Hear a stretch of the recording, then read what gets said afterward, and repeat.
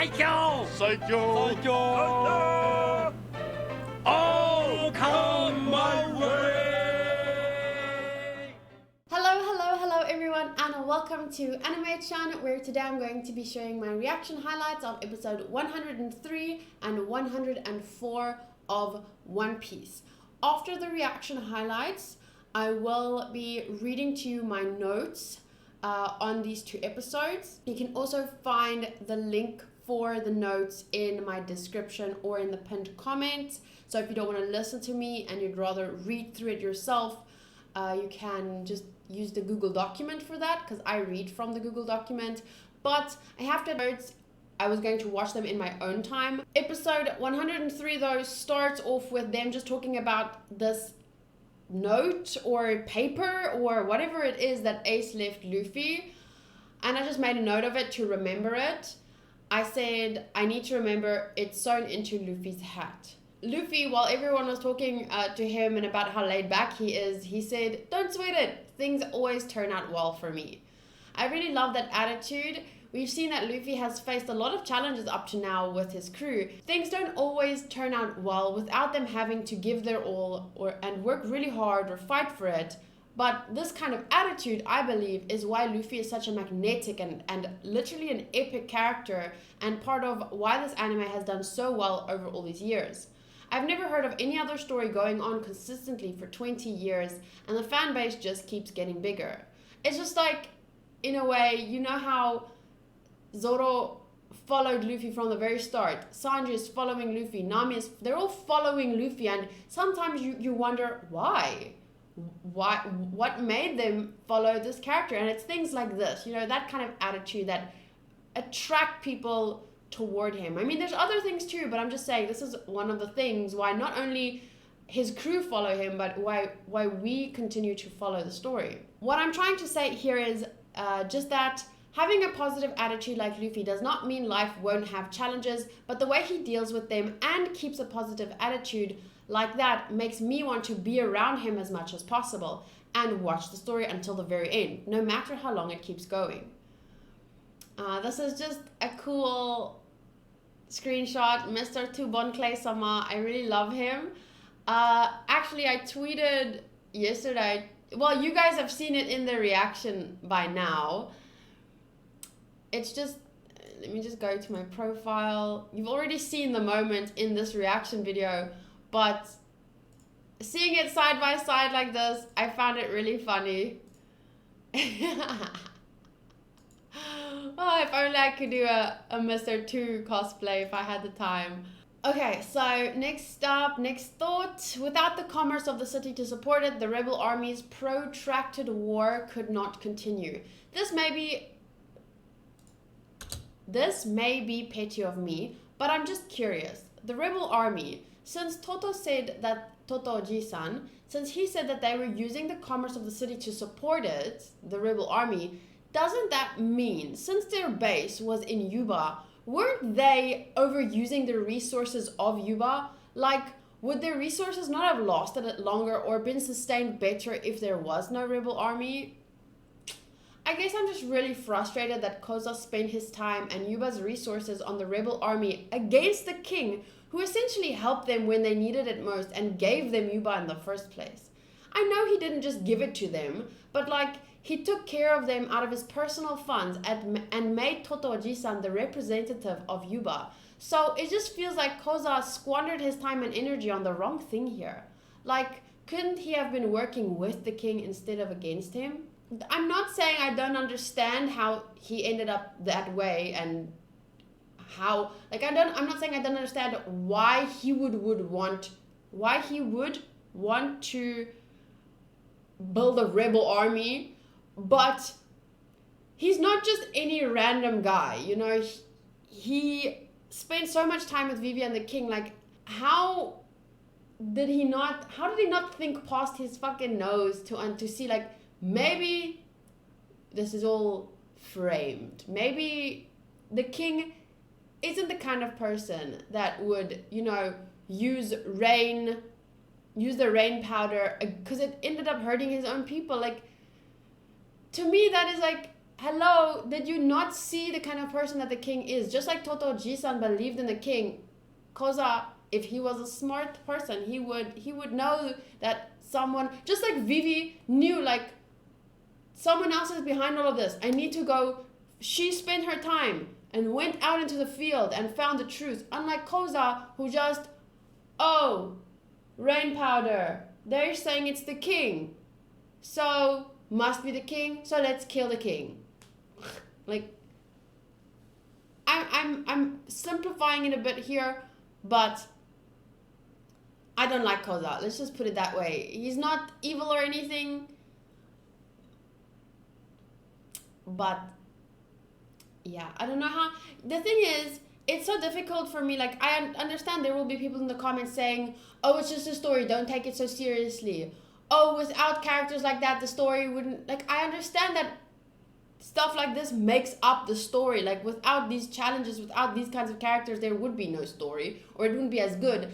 But that doesn't mean I can't discuss it. That doesn't mean I can't say I don't agree with his actions. So I'm just saying, like, it frustrates me to no end, because there really are people like him out there. And even he said it in, I think it was episode 105 or 106, he said, I haven't changed, because he hasn't. He's still that stupid, rebellious little kid that was so rude to the king, and just, like, caring about the people and, you know, standing up for them is one thing, but he's standing up to the wrong thing here. Like, the king is not in the wrong, and he's should have grown out of that stupid kid that is just gonna be rebellious, is just gonna expect the king to do things that is out of his power. He hasn't grown past that stage. He's just exactly the same as he was, and he even said it himself in episode 105 or 106. I don't know. But whatever. Episode 104, Luffy versus Vivi, a tearful vow for comrades. I had to pause this moment because it happened so damn fast.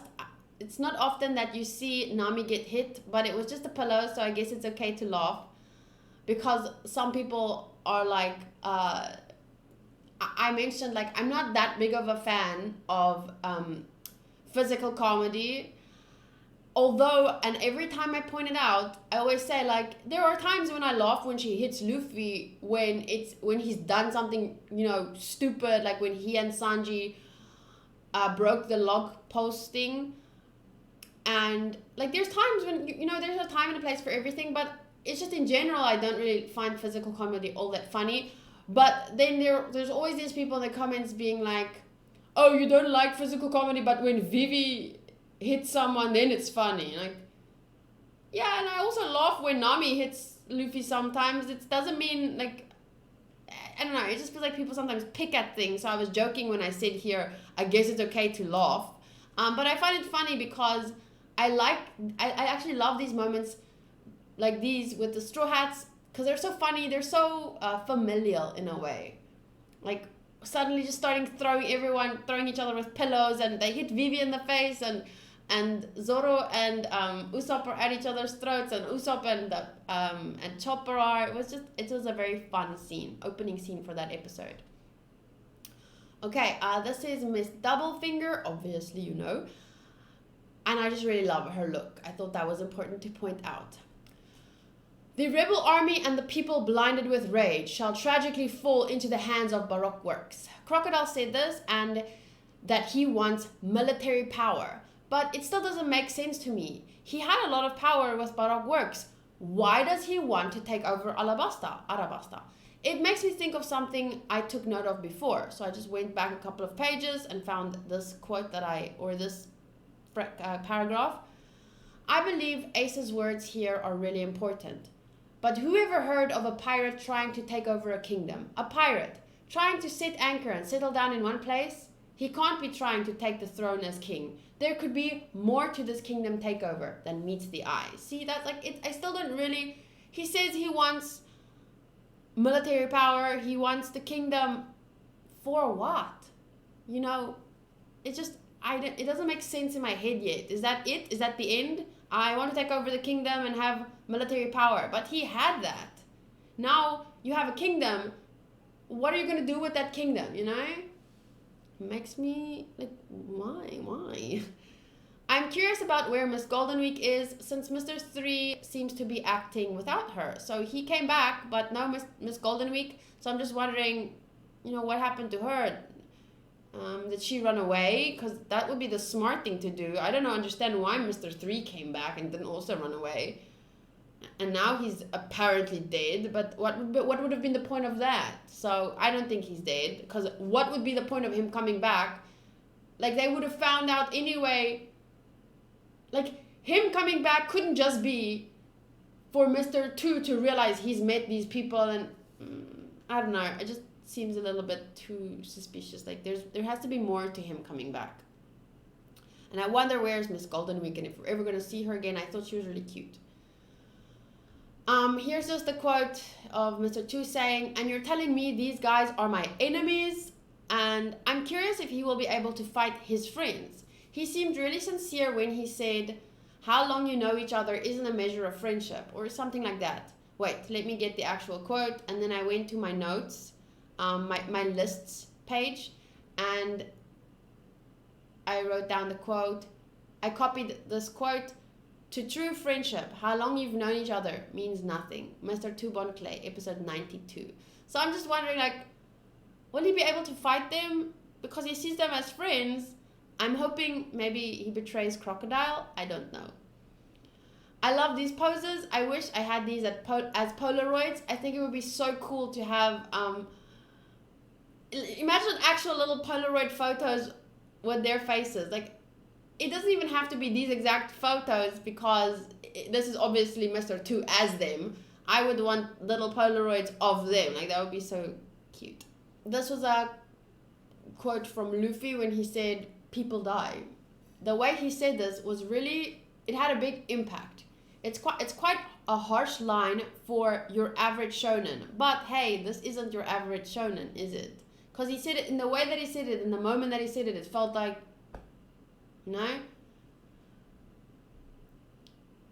I haven't taken a screenshot of an expression I liked in quite a while.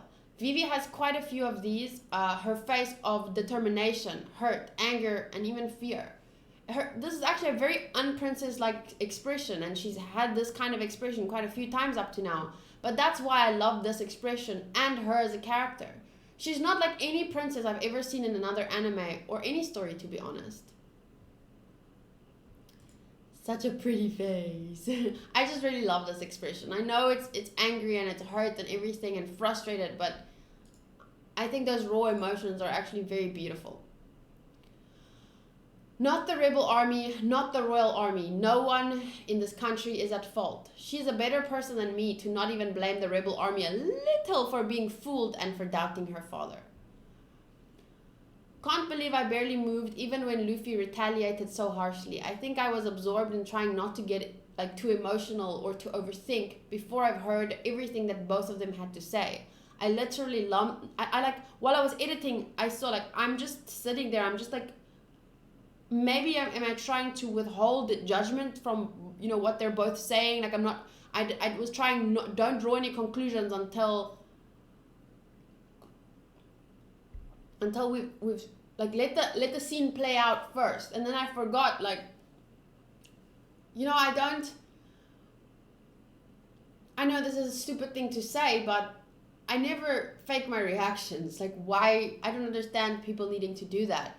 Earlier today, I was sitting next to my mom while I was doing these notes, and she was watching this show, and she gets so fucking into it, and it's this drama show. Oh my god, it's a voiceover. So it's, I think, a Turkish show that gets voiced over in Afrikaans, which is her first language, my first language. And I was sitting editing it, and then this guy Chian comes up and she's like, "Yes, Chian, my hero." And she's not doing a reaction, but she's talking to the fucking characters, and I realized, like, yeah, it's your fault I'm like this, isn't it? I think, like, I get why I've seen people comment like, reactors are so weird, or the concept of a reaction video is so weird, because most people, you don't talk to yourself, or you don't say things out loud. Like, I get it, most people don't do that. And I don't do that during a movie. When I'm at the movies, I don't do that out loud in the cinema. Like, I know when to hold back. But just like my mom, in the comfort of her own home, She gets into the show. She talks to the character. She's like, yes, Chian, my hero. Oh, you're gonna get what you deserve. Like, she does stuff like that. And I realized, like, I'm not adopted. So anyway, when I saw myself sit so still, and I was so like, I look like, some people might think, did that not move you? Were you not shocked? What the fuck? Boring, you know? I don't know. I was worried, like, are people gonna think that? Because when I'm watching One Piece or any anime, I don't decide to react or notice that I'm not reacting. I just watch the show. And while editing, I watch my own reactions essentially, and because it's like when I'm watching, I don't think about what I'm doing. But when I'm editing, I sometimes laugh at myself, things I do or say. And in this moment, I was like, what was going on in your mind? And even I don't know what I was thinking. Like, I was so still, and I was just like so intense. And I think maybe I'm thinking it was just like, don't prejudge, don't say, Luffy, why are you quitting? What do you mean? Don't say, oh my god, why are you hitting him? Why are you punching her? What? I just told myself, like, let the story unfold. And in that moment, I totally, like,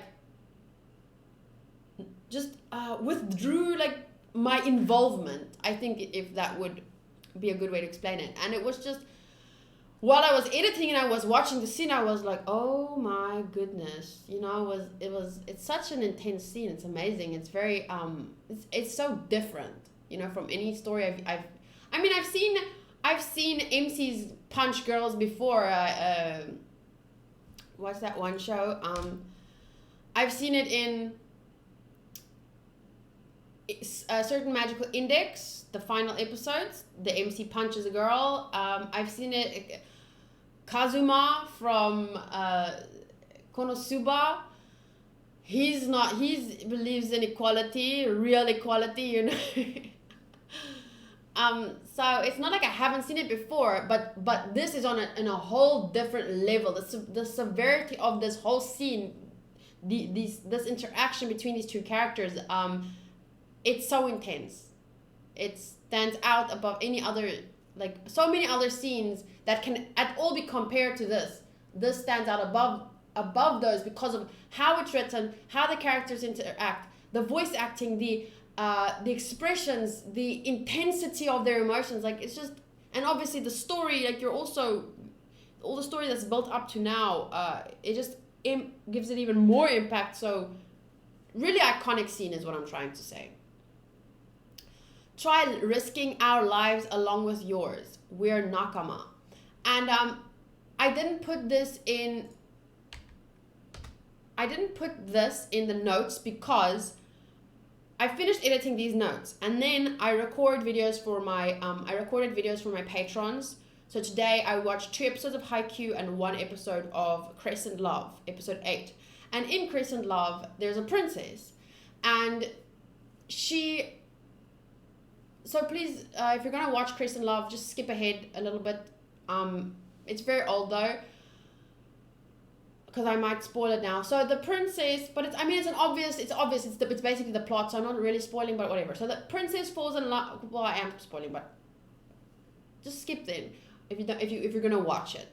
So in Crescent Love, the princess and the MC guy falls in love with each other, and then but at first it's they don't realize it, and they were those two people, and then at the end they confess, or he confesses to her, and then she's a royal and he's not, so obviously there's a lot of stuff that's going to happen because of them just loving each other. So she doesn't admit it at first because she's so concerned with everything, and then there's this scene where she says to someone, like, she apologizes for how their actions influences, like, other people's lives. It brings a burden onto them, and then she stops herself. She's like, no, my actions. So it's such a princess-like thing, and I talk about it, like, how Vivi didn't want to risk anyone else's life. She didn't want the burden to be, like, if she could carry all of it, she would. Because it's such a not every princess would do that, but a good princess, you know? That is this kind of royal, you know, a king, a real leader, they take responsibility. That's what divides a good leader from a bad one. Like, a good leader sees their people as their responsibility, whereas a bad leader is like, they're in it for themselves and they're in it for the power. But for people like Vivi and King Cobra, they're like, the people are the country. And a bad leader is like, I'm the leader and I'm the country. I control you. Like, it's such a different dynamic. And that just made me feel again what I'm about to say here. Since Vivi was raised by her father and he firmly believes a country is its people, and the king always set the example of putting his people first, I understand why this was such a difficult thing for Vivi to accept. But as much as Luffy has had to learn from her about how violence is not always the answer, I remember at the start of Drum Island arc, she in turn has to learn from him. So what I'm saying is, for a good leader, and in this case, let's say a princess, both the princess in Crescent Love and Vivi, I just realized like the burden that falls on the leader of a country. And it just helped me to understand more why it was so difficult for her for all this time to really relinquish, to do what Luffy says. Try risking our lives along with yours. We're your nakama. I understand more why it was so difficult for her. And I really loved this contrast between Vivi's leadership and Luffy's leadership, their way of leading. I loved, you know, how they really have to learn from each other and can balance themselves as a leader out better by learning from the other one. You know, how Luffy realized there's a different way to get what you want when you need it. Like how he had to bow his head and ask, you know, he didn't fight, he asked, we need your help, you know, that kind of scene contrasted with this kind of try risking our lives along with yours.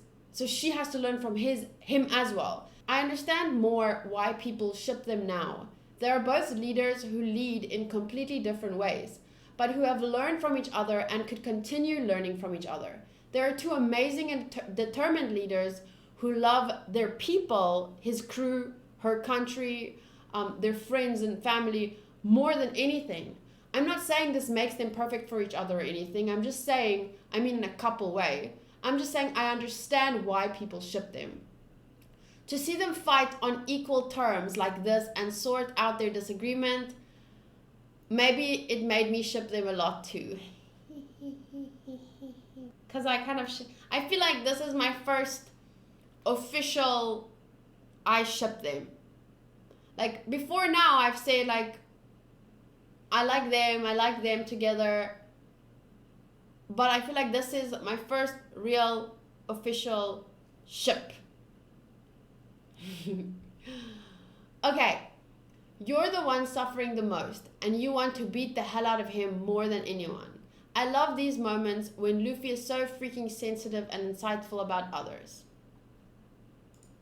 So this is just little moments like this really reminds me why Luffy is so special. Okay, so then there's a lot of comments from my patrons. From William Suva about the Vivi versus Luffy scene. Azazelop also about the Luffy versus Vivi scene. Jordi Cosme Para also about the Vivi versus Luffy scene. I mean also about Vivi and Luffy. And I'm not going to read through them all if you want to read, because otherwise the notes will get too long and the video will take too long to upload. And I know you guys are excited to see it. Also, Jeff23 talked about Vivi versus Luffy. So if you guys want to go hear their thoughts, please, it's on pages 33, 34, and 35 of my notes. Once again, the link will be in the description. And then I just wanted to say, one of my patrons mentioned Ace's back tattoo looked different in the manga. I stupidly ended up Googling it. Luckily, I was not spoiled on anything this time. but I just saw this. It said, originally Whitebeard's Jolly Roger was going to be his head with that manji symbol as the background, but Oda changed it to the current cross motif when he was told that a Western audience would be offended by the similarity to the swastika. Wikipedia has a lot to say about it. Generally speaking, it has always been a pretty innocent symbol, with the most explicit meanings being along the lines of to be good and to be with the higher self. Even in the West, it had plenty of such connotations before the Nazi regime corrupted the symbol. So since Ace is now officially not in the story anymore, I guess the patron just wanted me to understand, like, the symbol was different. So it was I don't even know what the swastika sign looks like, but I guess it looked different in the manga. And I wanted to know, like, what your opinion is on it.